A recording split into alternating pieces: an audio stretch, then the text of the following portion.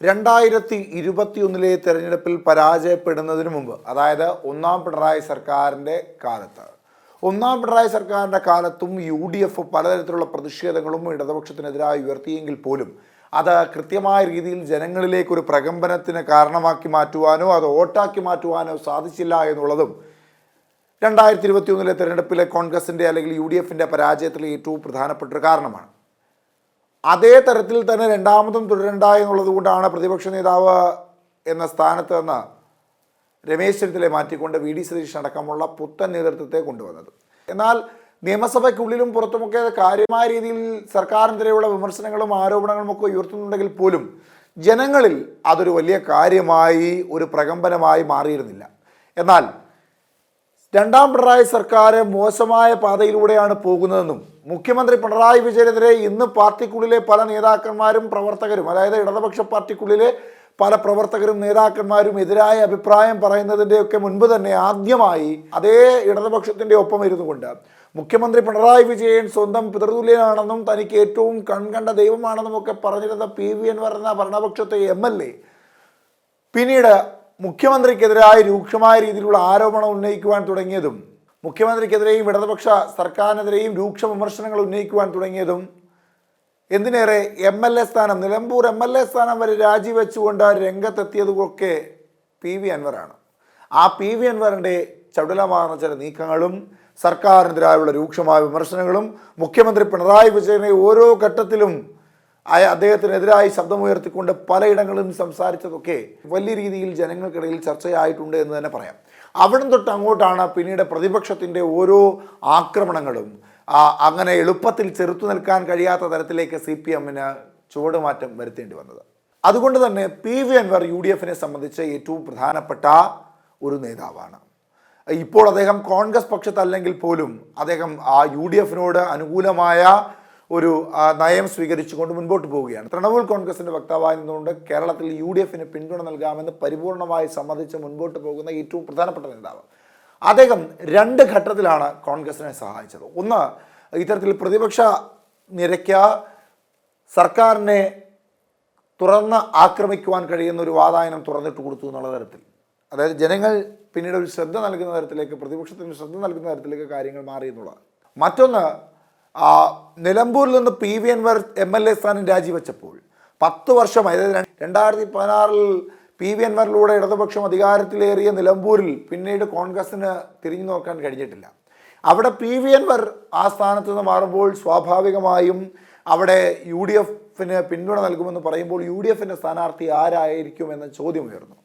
ആ ചോദ്യത്തിന് അദ്ദേഹം ആദ്യം നൽകിയ മറുപടി ചെറുതായി പാർട്ടിക്കുള്ളിൽ ഒരു ആശയക്കുഴപ്പം ഉണ്ടാക്കിയെങ്കിലും വീണ്ടും UDFനെ സമ്മർദ്ദത്തിലാക്കാതിരിക്കുവാൻ വേണ്ടിയുള്ള എല്ലാ നിലപാടും അദ്ദേഹത്തിൻ്റെ ഭാഗത്തു നിന്നുണ്ടായിട്ടുണ്ട്. അത്തരത്തിൽ കുറച്ചുകൂടി ലിബറലായിട്ടുള്ള തീരുമാനങ്ങൾ അദ്ദേഹം എടുക്കുന്നു. ഏറ്റവും പ്രധാനപ്പെട്ട മറ്റൊരു കാര്യം, നിലമ്പൂരിൽ ഇത്തവണ UDF വിജയിക്കുകയാണെങ്കിൽ അത് തീർച്ചയായും ഭരണവിരുദ്ധ വികാരമാണ് എന്നും കേരളത്തിലെ ഭരണം മോശമായ രീതിയിലാണ് പോകുന്നതെന്നും PV അൻവർ പറഞ്ഞതെല്ലാം ജനങ്ങൾ ഹൃദയത്തിലേക്ക് ഏറ്റെടുത്തിട്ടുണ്ട് എന്നുള്ളതിൻ്റെയും ഒരു പ്രതിഫലനമായി മാറും. അതുകൊണ്ട് നിലമ്പൂരിൽ വിജയിക്കുക എന്നുള്ളത്, നിലമ്പൂരിലെ ഉപതെരഞ്ഞെടുപ്പിൽ വിജയിക്കുക എന്നുള്ളത് ഇടതുപക്ഷത്തെ സംബന്ധിച്ച് ഏറ്റവും പ്രധാനപ്പെട്ട കാര്യമാണ്. ഇവിടെ മറ്റൊരു പ്രധാനപ്പെട്ട വിഷയം എന്തെന്നാൽ PV അൻവറിനെ സ്വാഭാവികമായും UDF ഉൾക്കൊള്ളേണ്ടതായിട്ടുണ്ട്. PV അൻവറിന് ഒരു MLA സ്ഥാനം നൽകേണ്ടതായിട്ടുണ്ട്. മന്ത്രിസഭയിൽ സ്ഥാനമുണ്ടെങ്കിൽ ഒരു മന്ത്രിസ്ഥാനം നൽകേണ്ടതായിട്ടുണ്ട്. അത്തരത്തിൽ PV അൻവർ UDF പക്ഷത്ത് നിൽക്കുന്നത് UDFന് എന്നും കരുത്താണ് എന്ന് മാത്രമല്ല, നിലവിൽ മലപ്പുറം ജില്ലയിലുള്ള നിലമ്പൂരിൽ ഇനി എന്തായാലും PV അൻവർ മത്സരിക്കുവാനുള്ള സാധ്യതയില്ല. രാജിവെച്ചു പോയ ഒരു MLA സ്ഥാനമാണ്. പകരം PV അൻവറിന് ഒരു സീറ്റ് നൽകേണ്ട ആവശ്യകത ഏറെയാണ്. PV അൻവറിന് എവിടെ സീറ്റ് നൽകുമെന്ന ചോദ്യത്തിനും പ്രസക്തി ഏറെയാണ്. നിലവിൽ UDF പക്ഷത്ത് ഏറ്റവും കൂടുതൽ സീറ്റുകൾ കൈകാര്യം ചെയ്യുന്ന കോൺഗ്രസ് തന്നെ PV അൻവറിന് ഒരു സീറ്റ് നൽകണമെന്നതും വളരെ പ്രധാനമാണ്. അതായത് 93 സീറ്റുകളോളമാണ് കോൺഗ്രസ് കൈകാര്യം ചെയ്യുന്നത്. അതിൽ പരാജയപ്പെടാൻ സാധ്യതയുള്ള ഏതെങ്കിലും ഒരു സീറ്റ് നൽകിയാലും മതി. കാരണം അത് മലപ്പുറം ജില്ലയിലെ സീറ്റാണ് എങ്കിൽ ആ ജില്ലയിലെ മുഴുവൻ സീറ്റുകളും പിടിക്കുവാൻ കഴിയുന്ന തന്ത്രപരമായ നീക്കം PV അൻവറിന് നടത്തുവാൻ സാധിക്കും. അത് കോൺഗ്രസിന് ഗുണകരമായി മാറും, UDFന് ഗുണകരമായി മാറും. അങ്ങനെ പരിശോധിക്കുമ്പോൾ ഏത് സീറ്റ് PV അൻവറിന് നൽകിയാലാണ് ഗുണകരമായി മാറുക എന്നുള്ളതാണ് പ്രധാനം. എന്തായാലും നിലമ്പൂരിൽ മത്സരിക്കില്ല. നിലമ്പൂരിൽ അവിടെ PV അൻവറിൻ്റെ നേതൃത്വത്തിൽ UDFന് ശക്തമായ രീതിയിൽ മുന്നേറ്റം ഉണ്ടാക്കുവാൻ സാധിക്കും. അവിടെ VS ജോയിയോ അതല്ല എങ്കിൽ ആര്യാടൻ ഷൗക്കത്തോ മത്സരിക്കും എന്ന് തന്നെയാണ് ബോധ്യപ്പെടുന്നത്. അതല്ലാതെ PV അൻവറിനെ എവിടെ മത്സരിപ്പിക്കുമെന്ന ചോദ്യത്തിന് ഒരു ഉചിതമായ ഉത്തരം തവനൂരാണ്.